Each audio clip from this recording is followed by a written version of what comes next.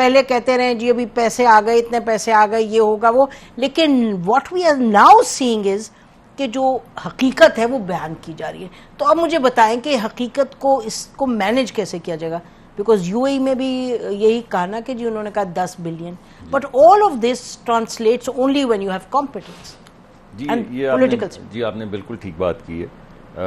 मेरे ख्याल में इस वक्त इन्वेस्टमेंट की प्रॉब्लम नहीं है, ऐसा मसला नहीं कि हमारे पास इन्वेस्टमेंट कहाँ से आएगी।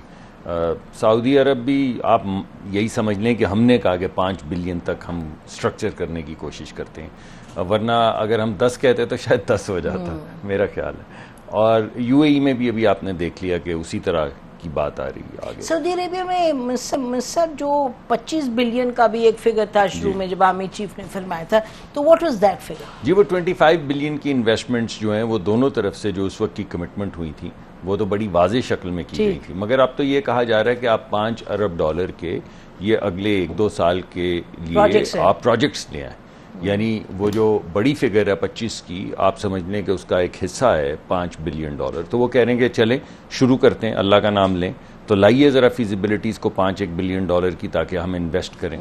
तो जो वज़ीर आज़म ने भी कहा, हमें असल प्रॉब्लम ये है कि हमने कभी ये फिजिबिलिटीज़ बनाई नहीं है, और बिलखसूस सरकार का तो तरीक़ाकार ही ये नहीं है। सरकार का है तरीक़ाकार प्रोजेक्ट फिजिबिलिटीज़ बनाने का है कि बड़ा डैम बनाना है तो एक कंसल्टेंट हायर कर लो, वो 2 साल के बाद एक फिजिबिलिटी लाएगा, फिर पता चलेगा थोड़ी सी गलत हो गई तो फिर वो थोड़ा सा उसका नक्शा दोबारा आधे रास्ते में दोबारा से ठीक कर लेंगे। इस तरह की फिजिबिलिटीज़ बनाने में हम बड़ी महारत है कि सड़कें बनानी है उसकी फिजिबिलिटी बना लो, लेकिन बिजनेस की फिजिबिलिटी बनानी, हमारी सरकार के अंदर वो कैपेबिलिटी जिसको आप कहते हैं कि आपने किसी को कारोबार में इन्वेस्टमेंट करवानी तो आप उसके सामने एक वैल्यू प्रोपोजिशन लेकर जाते हैं, आप उसको बताते हैं कि देखो यार अगर तुम इन्वेस्ट करोगे ना तो ये कस्टमर है और ये इतने ज़्यादा कस्टमर हैं और इनकी इतनी बड़ी नीड है, और इस वक्त जो इनको सोल्यूशन मिल रहा है वो 4 रुपए का है, जो सोल्यूशन हम तजवीज़ कर रहे हैं या आप जिसमें इन्वेस्ट करेंगे वो 3 रुपए का है, उसमें इतना ढेर पैसा बचेगा, इसकी कीमत 1 रुपया है और हम 3 रुपए में बेचेंगे, और अगर हम ये लाखों करोड़ों चीज़ें बेचेंगे तो इतने ढेर पैसे बन जाएंगे, तो आप हमारे साथ इन्वेस्ट कर दें। ये सोच नहीं है, सोच बस ये है कि एक डैम है हमने बनाना है, आप एक फिजिबिलिटी बनाएं और फिर हम जाके वर्ल्ड बैंक से बात कर लेते हैं, कुछ एशियन डेवलपमेंट से कर लेंगे, जो थोड़ा रह जाएगा वो कोई दोस्त मुल्क हमारे पास आ जाएगा, वो कोई 1-8 बिलियन डॉलर डाल देगा तो हमारा बड़ा डैम, हमारी बड़ी सड़क जो है वो बन जाएगी। ये ट्रांजिशन करनी फ्रॉम दैट बिग सरकारी idea of feasibilities to the business idea, वो कैपेबिलिटी डेवलप जी और वो कैपेबिलिटी डेवलप करनी, वो मैं समझता हूं इस वक्त हमारे लिए सबसे बड़ी हर्डल है। मेरा अपना ये ख्याल है, शायद आपको क्लीशेड लगे, कि प्रॉब्लम अब पैसे की अवेलेबिलिटी कम से कम इस वक्त बाहर नहीं नजर आ रही। अहम बात कर रहे हैं, अहम बात यह है कि हमारे पास डिमांड साइड नहीं है, यानी हमारे लोग तैयार नहीं है, उनको ये पता नहीं कि आपने ये रिफाइनरी लगानी है तो वो रिफाइनरी आपने ग्लोबल इन्वेस्टर को कैसे बेचनी है। आपको ये तरीकाकार आता है कि किसी दोस्त मुल्क को जाके कैसे कहना कि इतने पैसे इसमें डाल दो, मगर ये नहीं समझ कि अगर आपने रिफाइनरी लगानी है या आपने किसी को कहना है कि आप यहाँ पर आके हमारे खूर्दनी तेल जो है उसकी पैदावार के अंदर इन्वेस्टमेंट करें, तो वो क्या तरीका है। वो कारोबारी लोग जो बात करते हैं एक दूसरे से, वो क्या तरीका है, वो समझ बूझ कम है। देखिए ना, बैंकेबल, सॉरी ये एक्सप्लेन अगर आप करें नाज़रीन को, when the prime minister says bankable project, उनका मतलब ये ना कि फीजिबिलिटी, फाइनेंशियल, एवरीथिंग शुड जी, मतलब ऐसे तरीके से हो कि अगर आप किसी बैंक के पास चले जाएं और उसको दिखाएं कि जिस तरह हमारे नौजवान बच्चे बच्चियां क्या करते हैं, कुछ माँ बाप का पैसा लेते हैं, कुछ रिश्तेदारों से लेते हैं, फिर बैंक के पास जाते हैं, उसको बोलते हैं देखिए हम करने चले हैं, ये हम लेवरेज करें, इतने पैसे हमने डाल दिए, इतना आप हमें कर्जा दे दें ताकि ये कारोबार चल सके। तो उसको बैंकेबल फिजिबिलिटी कहते हैं कि आप किसी बैंकर को अगर दिखाएं तो उसको समझ आ जाए और वो बोले कि हाँ यार इसमें पैसे डाल देने चाहिए। तो वो तरीकाकार, उसी की मैं आपको वो बता रहा था कि हमारे यहाँ जरा कमजोर है रिवायत। लेकिन मुसद्दिक साहब ये बताइए कि ये तो काफी मामला ऐसा है कि हम ग्लोबल कंपटीशन में हैं, हम माजरत के साथ हम कुएं के मेंढक रहे फॉर मेनी इयर्स, अंदर ही अंदर, जैसे आप कह रहे हैं ना, खुद ही कर लिया, ये कर दिया। So now you are really in the global scene, तो ऑन द ग्लोबल सीन, तो उसमें प्राइवेट सेक्टर के बगैर कर लेगी? नहीं, प्राइवेट सेक्टर के बगैर तो करने का कोई सवाल ही नहीं उठता है। यानी आज भी हमारी अभी थोड़ी ताखीर हुई आपके पास पहुंचने में, उसकी वजह यह कि वजीर आजम ने हिदायत दी कि कोई ऐसी चीज़, हम दौरा करने जा रहे हैं एक 17वें ग्रेड का अफसर है, एक 19वें का, एक 22वें का, साथ 2 वजीर हैं। वो क्या करेंगे उधर जाके? वो जिन लोगों ने कारोबार करना है वो कहाँ हैं? तो उन्होंने आज यही सवाल उठाया है कि अगर आप ये दौरों पे जा रहे हैं तो भाई साहब वो लोग जिनने मुल्क में दौलत लानी है, कारोबार करना है, लोगों को रोजगार मुहैया करना है, ये इस ग्रुप के अंदर वो कहाँ हैं? वो नहीं थे। वो वही थे कि जनाब एक हमने समरी चलाई, उसमें एक डॉक्टर साहब हैं, एक और वजीर हैं, साथ में 2 सेक्रेटरी हैं, साथ में जो 2 जॉइंट सेक्रेटरी हैं, एक एसोसिएशन है, उसके ओहदेदार हैं जो अरसा कदीम से सिर्फ सियासत कर रहे हैं। वो बैठे हुए हैं, उन्होंने कोई एक एसोसिएशन का नाम है, कोई दूसरा, वो कोई ब्लैकमेलिंग करते हैं, कोई लॉबिंग करते हैं। मगर वो लोग जिन्होंने धंधा करना है, जिसने जाके किसी कारोबारी आदमी को कहना है कि इस मुल्क में 24 करोड़ लोग हैं, इन लोगों ने 35 करोड़ हो जाना है 2050 तक, जीडीपी 4% पे ग्रो कर रही है, लोगों ने रोटी खानी है, पानी पीना है, बिजली इस्तेमाल करनी है, पेट्रोल डलवाना है, इलेक्ट्रॉनिक व्हीकल्स चलानी है, बेकरियां में जाना है, कैफेज हैं, थिएटर है, फिल्म है, तो आए ना इधर इन्वेस्ट करें। ये बात ही नहीं होता हमारे पास एक बड़ा डैम है। मैं इस वजह से कह रहा हूं कि मेरे पास पानी की वजारत भी है, तो इस वजह से मैं अपने ऊपर तनकीद कर रहा हूं, आपको ये ना लगे कि मैं किसी और की बात कर रहा हूं। प्राइवेट सेक्टर जो आप पढ़ते हैं, खाका देखते हैं SIFC का, तो उसमें तो ब्यूरोक्रेट्स है, आर्मी है, पॉलिटिशियंस ओवरसी करें, बट उसमें कोई ऐसा खाना नहीं जिसमें प्राइवेट सेक्टर नजर आता है। नहीं, रोज स्ट्रक्चर में अगर आप आए वजीर आजम की मीटिंग्स देखें, को उन्होंने इकोनॉमिक एडवाइजरी काउंसिल भी बनाई है, वो तो है, फिर लोगों को भी लेकर आएंगे। SIFC में नहीं, औरंगजेब नहीं, मैं बताता हूँ आपको। देखिए, और SIFC का काम है उन कारोबारी लोगों की जो प्रॉब्लम्स है उनको सॉल्व करना। यानी हम सब मद्दा हैं, 18वीं तरमीम के आप भी हैं, आप बहुत बड़ी मद्दा हैं, मैं भी मद्दा हूं, लेकिन 18वीं तरमीम से कई चीजें वफाक के पास रह गई, कई चीजें सूबे के पास चली गई, कई डिस्ट्रिक्ट में चली गई। अब आपको अगर एक कारोबार पाकिस्तान में करना है तो कुछ इजाजतें आपको वफाक से लेनी है, कुछ आपको प्रोविंस से लेनी है, कुछ आपको तहसील से लेनी है। आप एक बाहर से आए हुए, आप स्वीडन में रहने वाले कारोबार करने वाले शख्स हैं, वो आप इस्लामाबाद उतरे या कराची उतरे, आपका ख्याल था कोई ऐसी जगह होगी जहां मैं जाऊंगा, ये मुझे बताएंगे आपने अगर यहाँ इन्वेस्टमेंट करनी तो ऐसे कर लें।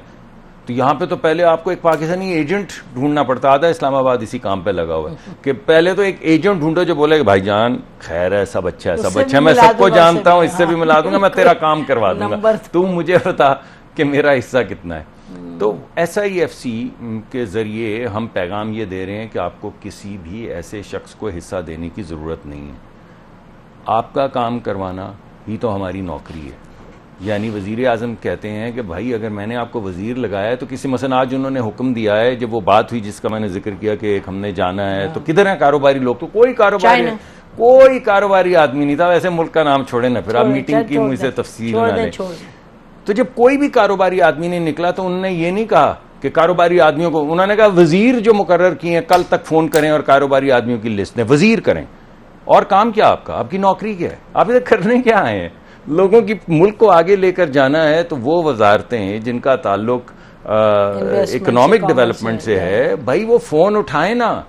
सरकारी लोग तो कारोबारी लोगों को नहीं जानते, आप तो इलेक्ट होकर आए हैं, तो आप तो सड़क गली मोहल्ला फंड रेजिंग के लिए जाते हैं, सारों से मिलते हैं। तो आज जब उनको आगे लेके जाना है मुल्क की तरक्की में, उनको कहना है कि आगे बढ़ के फ्रंट करें इसको, तो आप उठाएं ना फोन, अब करें उनको। अब आप साहब बन गए, अब वजीर बन गए, तो अब आप फोन नहीं करेंगे, अब आप इंतजार करेंगे कि मेरे PA से बात करो, फिर देखते हैं 2 हफ्ते के बाद हमको मीटिंग सेट करते हैं। उन्होंने बोला नहीं, आज आप फोन करेंगे, कल रिपोर्ट करेंगे। कल 4 बजे सब रिपोर्ट कर रहे हैं कि किसने किससे बात की है, कौन कौन जा रहे हैं, कौन कौन जाएगा।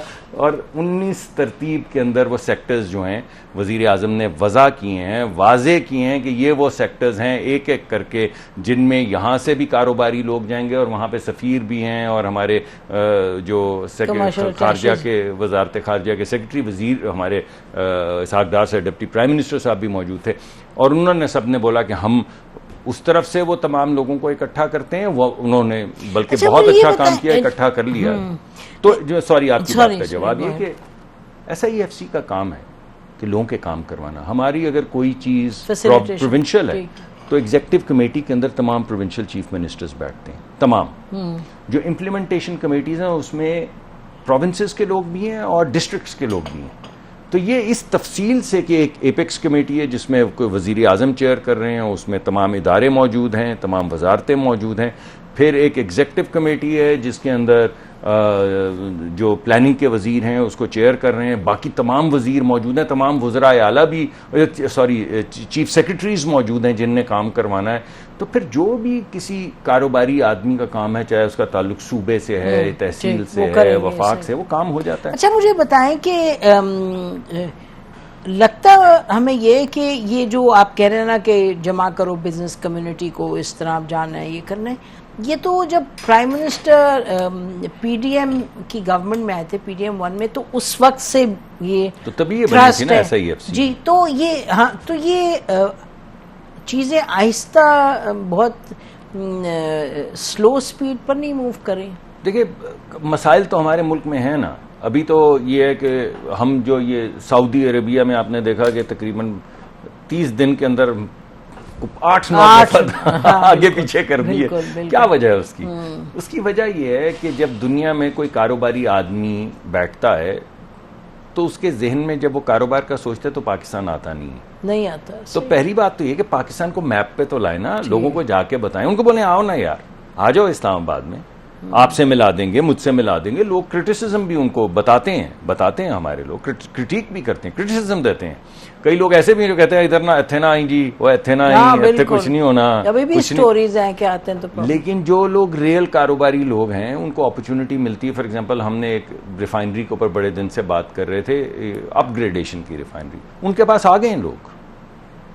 उस सऊदी दौरे के बाद 2-3 पार्टीज जो हैं वो आ गई हैं। कहाँ? यहाँ? हाँ, और उन्होंने कहा कि अब बताएं जी क्या आप करने की कोशिश कर रहे हैं। लेकिन उनके पास तैयारी नहीं है। नहीं है, तैयारी कर रहे हैं आहिस्ता आहिस्ता, मतलब जो उनकी रिक्वायरमेंट से। मगर इससे पहले तो कोई था ही नहीं ना वो आए थे, ना हम गए थे।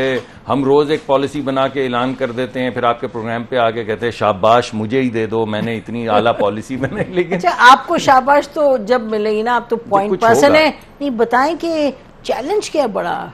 जी, मैंने आपको बताया डिमांड साइड पाकिस्तान की तरफ से सॉर्ट आउट थिंग्स। देखिए, एक तो कारोबार का अहाता करना, कारोबार को वो शक्ल देना कागज के अंदर, क्योंकि हमारी सोसाइटी थोड़ी सी, किसी हद तक हमारे कारोबारी लोग तो बहुत अच्छे हैं, लेकिन किसी हद तक हमारी सोसाइटी इनफॉर्मल सी है।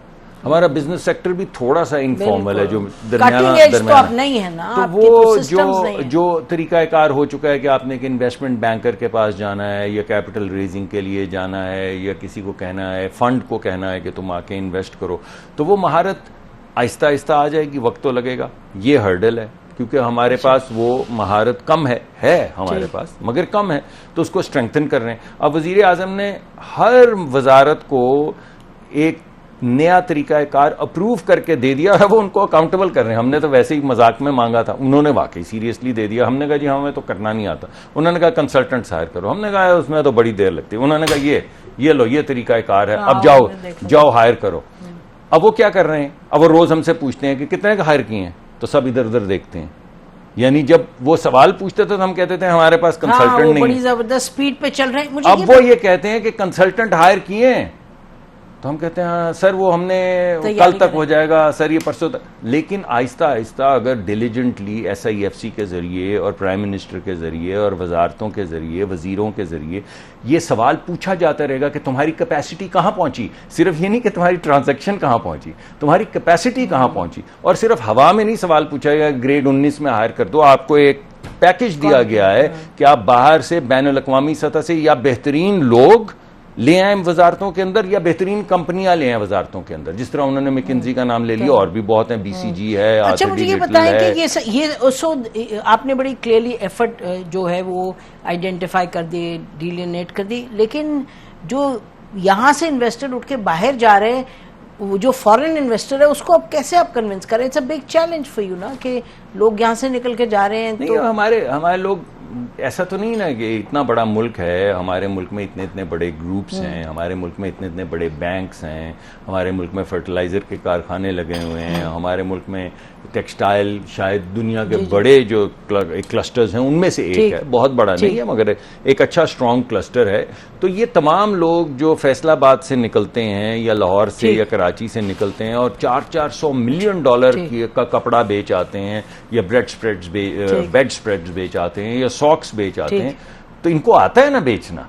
तो बैनुल अक़वामी सतह पे जब ये जाते हैं वहां पे और टारगेट में या वॉलमार्ट में जाके अपना माल बेचते हैं, तो इनको बेचना आता है ना? तो जब आता है तो इनको अगर आप मशरक़ वुस्ता में और चीन में और यहाँ वहां के कारोबारी लोगों के सामने बिठा देंगे तो कोई बात चलेगी ना आगे। They will be able to और अगर उसमें कुछ नुआंस होगी, यानी यहाँ की जरूरियात मुख्तलिफ होंगी, तो वो सामने आएंगी, तो ये अडेप्ट करेंगे। जो यहाँ से जाके साउथ अमेरिका और लैटिन अमेरिका में चीजें बेच रहे हैं। जी जी। बट इन एनी केस जैसे आप कह रहे हैं वो लिमिटेड नंबर है। बिफोर वी कंक्लूड आप बताइएगा और क्या चैलेंज है ऐसा? देखिए, सियासी इस्तेहकाम बहुत बड़ा चैलेंज है और हमें ये लगता है कि हम जो ले दे करते हैं, टीवी पे आ जाते हैं, एक दूसरे के खिलाफ ये वे कर देते हैं, ईंट बचा देंगे। यार बजा दें, ईंट से ईंट आपने अगर बजानी है तो, मगर ये सोचे उसके बाद कोई सुन रहा हो कि इस मुल्क के लीडरान, यानी आम लोग तो जो है वो है, मगर लीडरान कह रहे हैं कि हम अपने ही मुल्क की ईंट से ईंट जो है वो बजा देंगे, तो लोगों को बजा देंगे, वो एक ही बात है। तो मेरे ख्याल में मुझे अब जो मुआशी इस्तेहकाम है वो नजर आता है, मुझे रास्ता भी नजर आता है, मुझे उसकी कैपेबिलिटी बिल्ड करने का मैंने आपको स्पेसिफिक तरीकाकार बताया। कंपनियां हायर कर सकते हैं, लोग हायर कर सकते हैं, तरीकाकार तय कर दिया। प्राइम मिनिस्टर ने टेम्पलेट्स बनवा दिए हैं वजारतों से कि ये टेम्पलेट है, इस तरह की बना के लानी, जाओ आप कंसल्टेंट लेकर आओ और इसको फिल करो और लेकर जाओ आगे, और प्राइवेट सेक्टर को लेकर जाओ और उनकी मदद करो। और वो हमने एक नई थीम निकाली है, red tape to red carpet, कि काटो ये नॉनसेंस को कि मेरा ग्रेड इतना है और मैं इधर बैठूंगा और तुम इधर बैठोगे। जिन लोगों ने मुल्क चलाना है उनको आगे लेके चलो, हमारा काम उनको सपोर्ट करना है। ये तो बात हो गई। प्रॉब्लम ये है कि ये बात हमें सियासत में समझ नहीं आई। हमें सियासत की एक खास किस्म की हमारी सोच है कि अगर हम वो कहेंगे ना, वो मैं जब एक दफा अमेरिका पढ़ने के लिए गया तो उससे पहले कॉलेज में सियासत होती थी, तो हर बंदा कहता था कि हम अकड़े हुए गर्दनों को ठुड्डे मार के उड़ा देंगे और सरिये निकाल देंगे और ऐसी की तैसी फेर देंगे। मैं अमेरिका गया तो कोई इलेक्शन हो रहा था तो वो कह रहे थे कि ये हमारे बुजुर्ग जो हैं इनकी सोशल सिक्योरिटी का। मैंने कहा यार ये कौन सी सियासत है, सोशल सिक्योरिटी का क्या बनेगा और रिटायरमेंट के बेनिफिट्स का क्या होगा, और ये मेडिकेड खराब हो रही। मैंने कहा ये तो बड़ी और आप ठुड्डों की बातें कर रहे थे। हम ठुड्डों की, हमारे आज भी ठुड्डे ही चल रहे हैं, ठुड्डे चल रहे हैं। एक दफा रुकना पड़ेगा, एक दफा सोचना पड़ेगा, सबको रुकना पड़ेगा, सबको रुकना पड़ेगा। हम पे ज्यादा है, हम पे पहला। Good, very good. चलें, देयर इज होप देन।